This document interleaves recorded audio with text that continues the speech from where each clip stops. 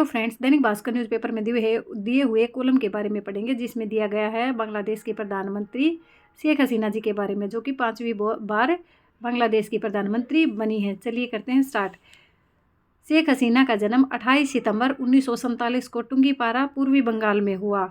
शिक्षा home Eden महिला college से, ढाका से स्नातक की। परिवार में बेटा सजीब, बेटी साइमा। संपत्ति कितनी है? 3.30 करोड़ रुपए, चुनावी शपथ पत्र के अनुसार। राजनीति की शुरुआत इन्होंने कहाँ से की? शुरुआत कॉलेज से ही शुरू की छात्र राजनीति। शेख हसीना का जन्म पूर्वी बंगाल के टुंगीपारा इलाके में बंगाली मुस्लिम शेख परिवार में हुआ था। इनके पिता शेख मुजीबुर रहमान बंगाली राष्ट्रवादी नेता थे, जिन्हें बांग्लादेश का संस्थापक कहा जाता था। हसीना ने शुरुआती शिक्षा स्थानीय विद्यालय में ही प्राप्त की। कुछ समय बाद उनका परिवार ढाका चला गया था। यहाँ इन्होंने ईडन महिला कॉलेज से बंगाल साहित्य में स्नातक किया। कॉलेज की पढ़ाई के दौरान ही हसीना छात्र राजनीति में उतर गई थी। 1966 और 1967 के बीच उन्हें कॉलेज में छात्र संघ का उपाध्यक्ष चुना गया था। हसीना का विवाह M.A. वाजेद मियाँ से हुआ था। वाजेद मियाँ बंगाल के परमाणु वैज्ञानिक थे। उनका एक बेटा सजीब और बेटी साइमा है। वाजेद मियाँ का 2009 में निधन हो चुका है। पूर्व राष्ट्रपति प्रणब मुखर्जी के साथ बांग्लादेश की प्रधानमंत्री शेख हसीना।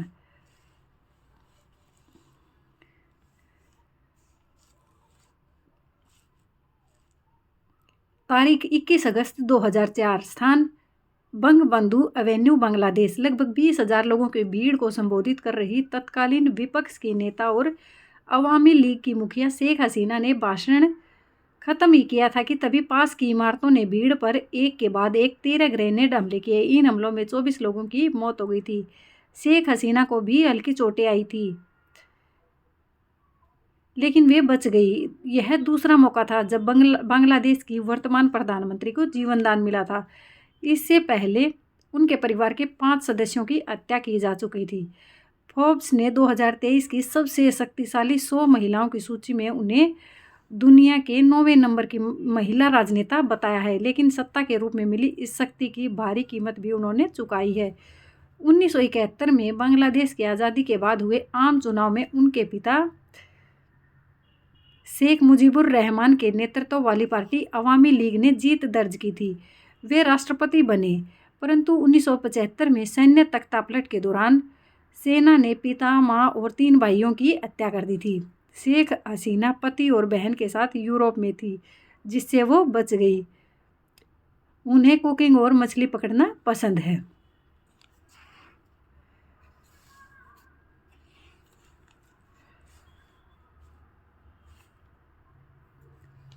कभी निर्वासित रही, अब सत्ता में रहने का रिकॉर्ड। पिता और परिवार के सदस्यों की हत्या के बाद हसीना वे 6 साल तक भारत में निर्वासित रही। उन्हें 1981 में अवामी लीग का अध्यक्ष चुना गया।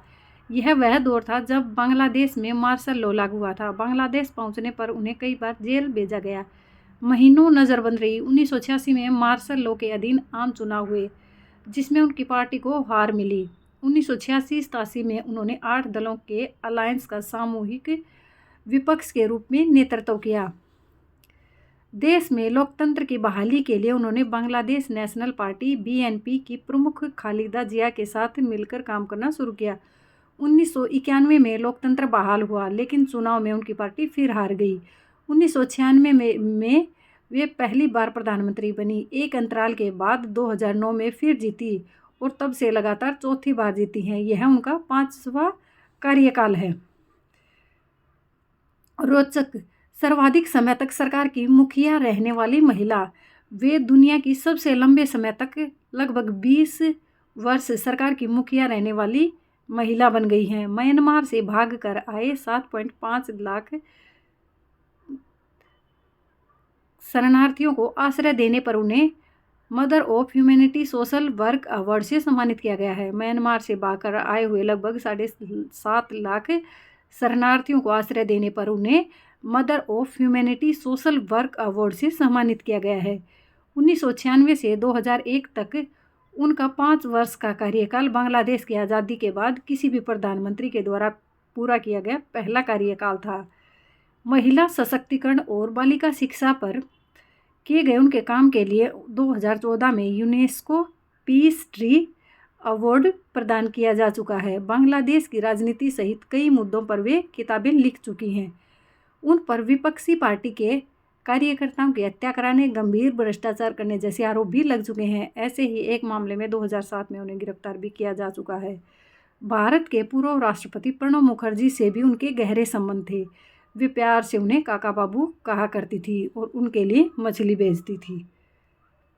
तो फ्रेंड्स, ये था शेख हसीना जी के बारे में कुछ इम्पोर्टेंट जानकारी जो कि दैनिक भास्कर न्यूज़पेपर में दी हुई है। वीडियो देखने के लिए धन्यवाद।